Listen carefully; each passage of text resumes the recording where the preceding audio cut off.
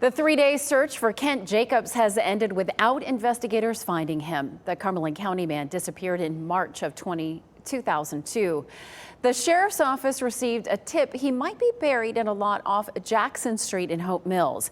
WRAL's Fayetteville reporter Gilbert Bays spoke with Jacobs' sister at that location about the search for her brother. It's an interview you'll see only on WRAL.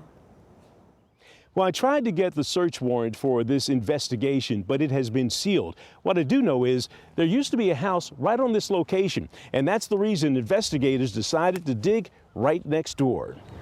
He deserves to be able to come home. Jackie Jacobs is Kent Jacobs' sister. She flew in from Seattle after learning about the new search for her brother, who has been missing since 2002.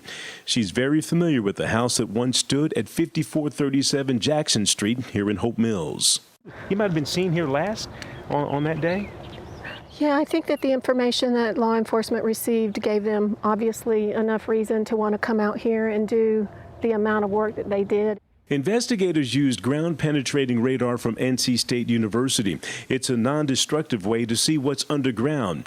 During the last extensive search for Jacobs, investigators got a tip that he was buried inside a refrigerator. The radar equipment would have picked up an image that size, but also could determine if a body was buried there. Kent was the oldest of 5 children, the love of our lives.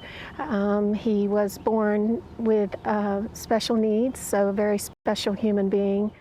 This is a Cumberland County murder case. The family thinks robbery could have been the motive. It is known to the public that Kent did have some money on him at the time, and we don't know if that is part of the reason that he disappeared or potentially related, but could be.